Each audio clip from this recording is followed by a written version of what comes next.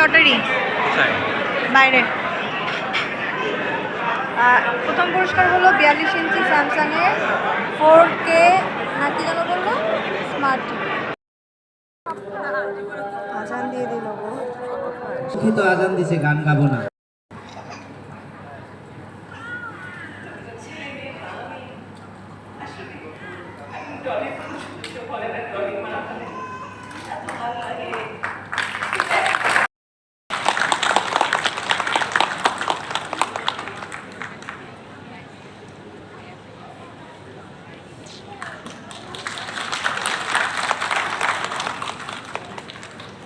সাবির ভাই অবশ্যই কিছু বলবেন।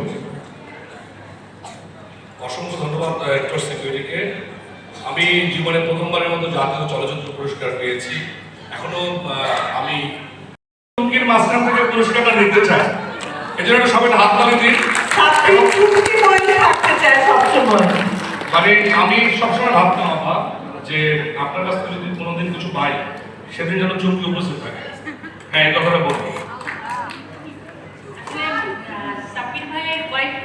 আমি মানে এইভাবে অনুষ্ঠানে পুরস্কার দেওয়ার একটা সুযোগ পেয়েছিলাম, তখনও কথা হয়েছে। না, দুই চুমকি আর একজন মাননীয় চুমকি, 3 চুমকি, এর মাঝখান থেকে এই পুরস্কারটা আমি চুমকিরা কখনোই একা বলতে আর চলবে না।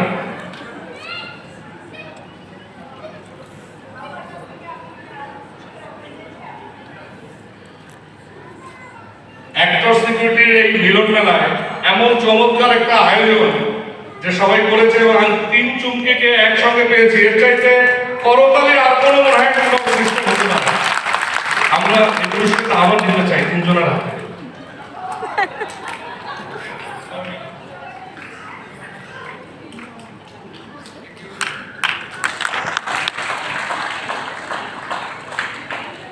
আর একটা কথা, এটা আমি পুরস্কারটা গ্রহণ করছি এবং আরেকটা শেষ কথা বলতে চাই।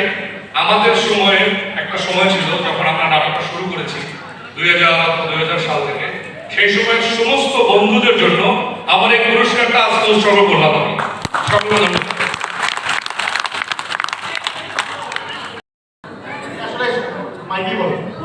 পুরো বছর জুড়ে সে আমাদের শিল্পীদেরকে বিনামূল্যে চিকিৎসা দিয়ে এসছে এবং শুধু শিল্পী না শত শত মানুষদেরকে বিনামূল্যে চিকিৎসা দিয়ে থাকে এখন পর্যন্ত।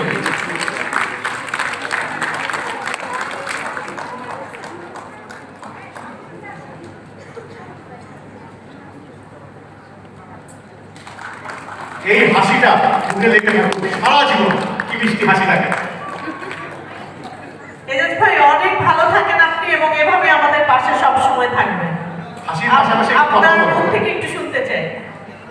আমি আসলে ভালো লাগছে এই জন্য যে খুব সামান্য কিছু কাজ করে অসামান্য সম্মান পেলাম। আমি যা করেছি সেটা অনেক অনেক কম, কিন্তু যে সম্মানটা আমাকে দেওয়া হলো এটা অনেক বেশি। সব শিল্পীদের আমার শ্রদ্ধা সমস্যা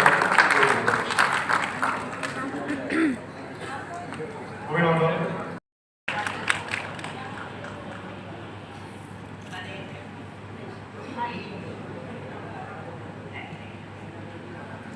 এইটাকে বলে পুরস্কার, কারণ সবচেয়ে বড় আমার তো পরিচিত মানুষজন আজকে আমি সোশ্যাল মানুষ, আমার ফেসবুকও নাই, অতএব দেখা হয় না সবার সাথে কাজ ছাড়া, তাই না? তো সে কারণে আজকে আমি কেন যেন আসলাম, দিনও তো নিয়ে এসছে অন্যদিকে যাওয়ার, তো তাই আজকে বিশেষ করে আসলাম যে সবাইকে দেখবো। হ্যাঁ, এবং যে গল্পটা বলছিল, হ্যাঁ স্যার ম্যাডামজি আমাকে মানে ওই প্রধানমন্ত্রীর অফিস থেকে জোর করে আসতেই হবে বলছিল অডিশনের জন্য, তো আমি নিজেও ভাবছিলাম যে আমি কি করবো।